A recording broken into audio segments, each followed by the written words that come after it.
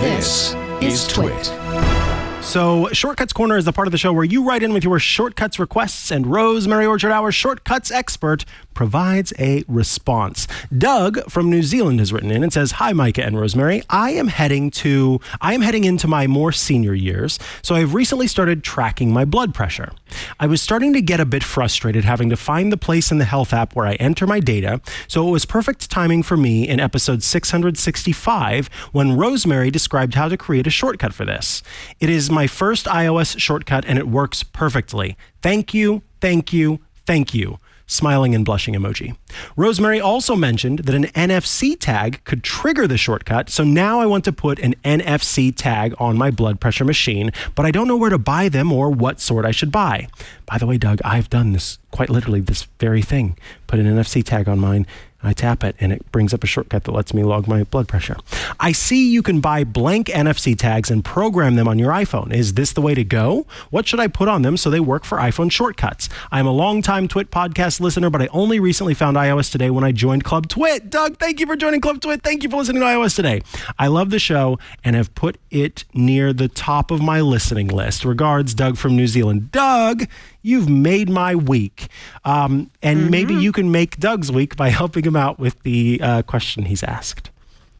Yeah, so there is one little thing that I want to know. And when Doug wrote in asking about RFC tags. Now, I'm pretty sure that Doug actually means NFC tags because radio field communications is a little weird. NFC stands for near field communications. And there's a couple of different kinds of tags that you can get. And I've just got some of them here. So I have here in my hand, I'm holding like a sticker sheet with some stickers on. And on the other side, if I flip it over, you can kind of just about see the coils in there that make these into NFC tags. Now, these are pretty good. And if you're putting them on something like a blood pressure monitor on the actual machine, don't stick it on the cuff or anything, it will probably work fine. However, the problem with stickers is over time, if they are on something like, for example, a vitamin or pill container, I know some folks stick them on there, then where you pick them up and touch them, they can sort of start to, get a bit gunky and so on around the edges, which is never a nice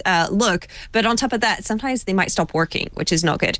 Also, just FYI, your blood pressure monitor shouldn't be made out of metal. It seems unlikely. But if you are going to stick an NFC sticker onto something metal, you will need something that can work with metal. There are NFC stickers that you can buy that work on metal. So this is one kind of thing that you could get. Or something else I like to buy are these. Now, this just looks like a plastic coin, but it's got an NFC tag built into it. So you can buy these, and I prefer these because you can just get like those little sticky pads and stick them onto something. But because they're made of plastic, you can just tell that they're going to be a bit more durable and a bit sturdier than just an NFC sticker. Where if the coil inside of it gets broken or bent too much, that's when things will go wrong. And my favorite part of this is, how do you program this? What do you put on it to make it work with shortcuts? Well, I got great news for you. You don't need to do anything. Really. So you grab your NFC sticker or your NFC tag. So I've got one of my plastic chips here. And you open up shortcuts. You go to the automation tab. You tap on the plus to create a new personal automation. And then you tap on NFC. Okay. And then you can just change it to run immediately. And then there's an area where it says when NFC tag. And then you tap scan. Okay. And this is the point where you pick up your iPhone, okay, and you grab your NFC tag and you sort of go, it's kind of next to the camera bump. You don't need to tap it. It's just scanning it. And then you give your tag a name. So you could call it blood pressure monitor, for example.